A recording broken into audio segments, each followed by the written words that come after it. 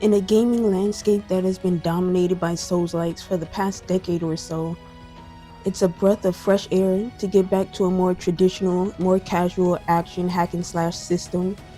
Homura Hime is an unassuming action game, blending bullet hell frenzy with classic slash and dash gameplay. A recent game from Arc System Works, the same people behind Guilty Gear and Blaze Blue. I haven't played either of those games as I'm not really into fighting games, but I knew with that pedigree behind it, Homura Hime would not disappoint, and it did not. Homura controls really well, and movement is buttery smooth. There's no realistic animation where it takes her 3 seconds to turn around. She responds immediately, which I love to see. It feels so rare in games now. As is customary, you have a light attack and a heavy attack and can combine these into combos. Combos can be purchased at the shop using Kompeito, a Japanese candy, which serves as the currency in this game. Kompeito can be collected from defeating enemies and destroying objects in the environment. I was a little disappointed in the combos. There aren't that many, and some of them are almost exactly the same, with a slight difference in the finishing animation.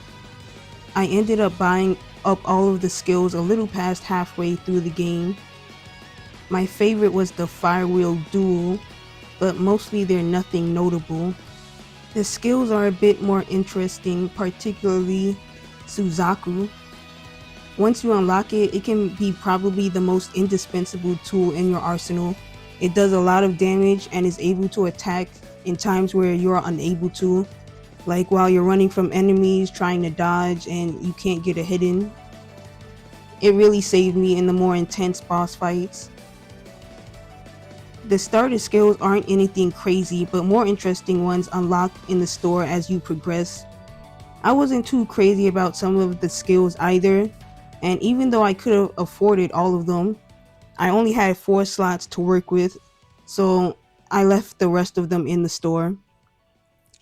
There's also Omamori, which are accessories that give you passive skills. You can equip up to 5 of them, and I also left most of these behind as well. Some are really useful, but like the one with the increased parry window enhancement seems like overkill, since the parry is already so generous. There is also the Blessed Shot, your ranged move. You can equip different ones, up to 3 in total. One that shoots bullets, one that shoots a laser beam, and another one that sends like these drone-like flying robots to attack the enemy for you. Pick whichever one that suits you. Blessed Shot can be useful while you're avoiding the enemy, attacking them from afar if it's dangerous for you to get too close. It's also necessary for when an enemy is protected by a blue barrier. Red barriers likewise can be destroyed only with melee attacks. Finally, there's the parry and dodge mechanic, pretty self-explanatory. It took me a while to realize, and I was a bit surprised to find the parry is actually quite generous, in that there is almost no timing involved really. You can easily spam it in succession in preparation for an enemy attack. And once I realized this, the combat became much easier, especially against the bosses. Parry cannot be used against enemy bullets nor yellow attacks. These must be dodged. The enemies you'll be facing are nicely varied, at least when considering the length of the game. There's not that much enemy variety, but they're introduced at a good pace, and they have their own gimmicks to keep things interesting. Some enemies explode, some can go underground and try to sneak attack you. Some are flying enemies that shoot explosive at you, and there's plenty of laser beams and bullets that they'll spam at you as well. Lots of stuff to keep you busy and engaged. The most annoying of them all is there are certain enemies that, once their health reaches a certain threshold, they will enter into a state where they can no longer receive damage. The enemy in question will then launch an attack which you must parry, which will transport you somewhere else, and in this other space, you have to either parry the enemy in rapid succession or destroy their barrier while dodging their attacks in order to finish them off. While an interesting mechanic at first, it quickly starts to wear down on you. arbitrarily extending fights and making them feel a bit tedious. Having to complete these sequences over and over again against the same enemies quickly becomes annoying. I played on Shrine Maiden difficulty, by the way. They throw a lot of enemies at you all at once, and it leads to a very hectic and frenetic combat, which I'm here for. So I suppose those enemies that go berserk do help to add to the intensity of fights and giving you another thing to worry about. So combat isn't as simple as just button mashing to kill your enemies. Finally, there's a special move that you activate with L3 and R3 on a PlayStation controller. But I think I only used it 2 or 3 times, and I think I missed my target, so I can't really speak much on it. I hardly used it, though it gets a sort of upgrade later on that is much more useful. Bosses are much more hectic and really test your reflexes and memory skills. The bosses, like the aforementioned enemies, also have segments where you must successfully parry their attacks or you cannot win the fight at all, so mastering parry is essential, as well as timing your dodges. The difficulty for regular enemies wasn't too bad. The bosses are where I had the real trouble. They felt much tougher than the mobs right before them, so there's a bit of a difficulty spike with each boss. But this was mainly at the beginning. I felt as the game went on I got better and bosses were much more manageable, especially once I really grasped the parry mechanic. Somewhat generously, some bosses have a checkpoint for their health. If you get their health bar down to this checkpoint/threshold, if you were to die after you've passed that point, you can choose to revive and continue from that checkpoint. There is a regenerative item to bring you back to life if you die before this checkpoint, but I never used it, so again I can't speak on it. There is some light platforming using a grappling hook style mechanic and platforms that launch you upwards or forwards, but it's nothing too complicated and just adds some fun traversal to the map so you're not just running from point A to point B. The game is no doubt beautiful, and I really enjoyed walking around the environments and just taking in the scenery and music. It's so bright, colorful, and crisp, a treat for the eyes, and the music is relaxing and also exciting when it needs to be. There's not too much variety. There are interior levels and areas, but mostly a lot of grassland, some caves, a snowy landscape, areas with floating platforms. Personally, I never got bored of entering a new area and seeing what new layouts and enemy combinations lied in wait. As for the characters, our mains are Homura Hime herself and her friend An.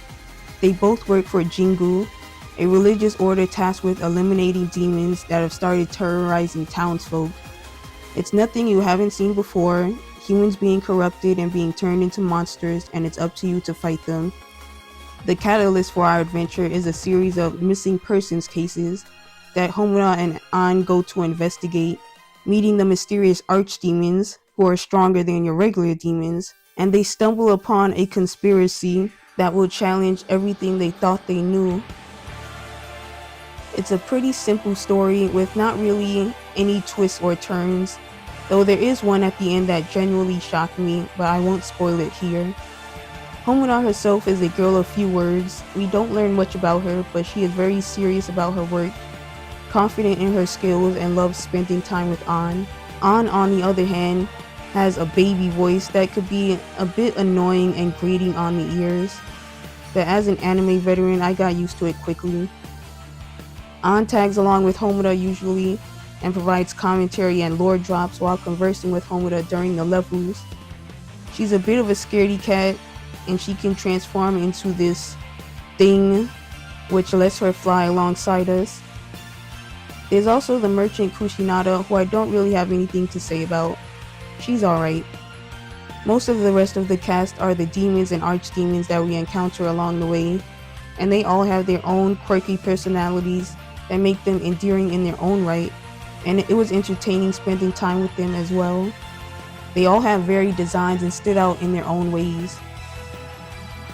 Pacing is mostly good, and while the cutscenes usually aren't that long individually, There can be a lot of them, almost one after another. You get to a new area, watch a short cutscene, have a battle, move about 20 steps down the path, then get hit with another cutscene which then transitions into a battle. It can be a bit touch and go and interferes in fully getting into a flow state. After beating the game, there is a chapter select, but there doesn't seem to be a new game plus or anything, just something to be aware of. I also haven't noticed any post-game content. Of course, I also have to mention the bad. I did run into a few bugs. The first one was really weird, and it's the first time I've ever seen such a thing in a game. The same cutscene played twice before the boss battle with the flower demon. Then there were 2 times I fell through the map and had to reload. Luckily I didn't lose any progress thanks to the autosave. And 2 other times Homura turned invisible, though I could still move and attack like normal, and eventually she reappeared. But those negatives aside, for the price point, I think you get your money's worth for $25. It's a short, fun time, about 10 to 13 hours give or take. If you're looking for an intense action game with colorful art and graphics that's easy on the eyes, that can be beat in about a weekend, this is your game. There isn't much to the game beyond the combat and its characters, but the combat is amazing, and while the characters may not be particularly deep or well-rounded, they help to deliver an entertaining narrative that drives the action forward. It doesn't do too much new, but what it does well and sticks to it, and it doesn't overstay its welcome. I'd recommend this game to anyone who loves action games. This isn't a Dark Souls type game, but more a traditional sort of character action / spectacle action, not as punishing, with a consistent gameplay loop that hooks you in easily. If you like what you've seen so far and what I've had to say, Homura Hime is my recommendation for your next thrilling game to suck your teeth into without breaking the bank. Thanks for watching, take care, and I'll see you in the next one. Bye!